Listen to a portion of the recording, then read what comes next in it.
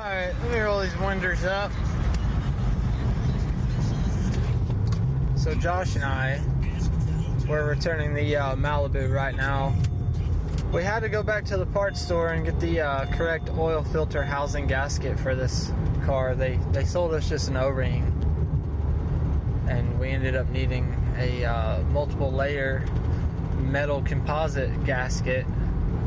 It was like and it ended up costing like $10 more than the $3 O-ring they sold us, which I'm assuming the $3 O-ring would have been like a newer LS variant oil filter housing seal, because this one didn't have any embossed canals for recessing any kind of O-ring or butylene seal inside like a LS Architect engine is engineered.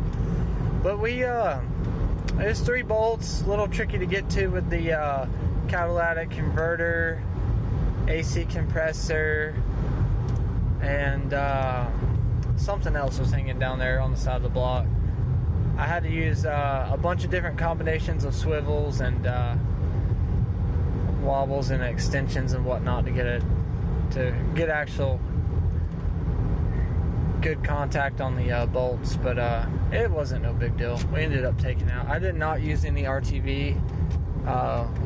It's a machine surface. You really shouldn't need RTV. We're talking about there's probably no difference than 5 thou runoff in either direction on that mating surface. So I mean, the gasket alone should be able to take care of it. And it was one of those gaskets that's it has that orange stuff in it. Like it's like I want to say waxy, but it's definitely not waxy. It's like rubbery, like almost like bubble gum, like butylene.